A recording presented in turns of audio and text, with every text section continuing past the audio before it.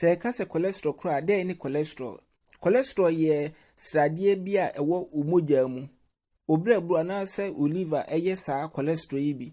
Na nnuane a udidi bi ti se meat, eggs, butter, cheese, and say whole milk. E ka se whole milk a bi ti se ideal milk no.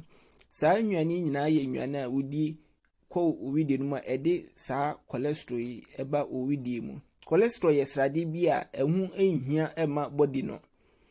There were 3 main types of cholesterol, but imbo mienu we na ehu hia pa e wo say kan wasem. There were high density lipoprotein and I say mpempi ye friend good cholesterol. And there were low density lipoprotein and say friend bad cholesterol. So cholesterol ba umoja mpia esisi untri na emoja efam no ekwan. Enti da mpempi obi o say anansi acheme. Anansi so onko school da na wako police. So cholesterol ba onipadua mpia na umoja mpia wanhwe ya obetimi anya stroke and I say heart attack. Heart attack so Mr. So uhwe video yi wia entwentwe wona so ko hu doctor na on check wo blood cholesterol level. Enti sana se sa cholesterol bi wode up wo untrima ubetimi anya heart attack ana se stroke mpo. Se unum cholesterol aduro dan makra na se wan change wo life eating habit. Mr. cholesterol no intimi nko. So when ya junk food bi eti se meat, whole milk, ajongo, engo, butter, margarine, take away foods.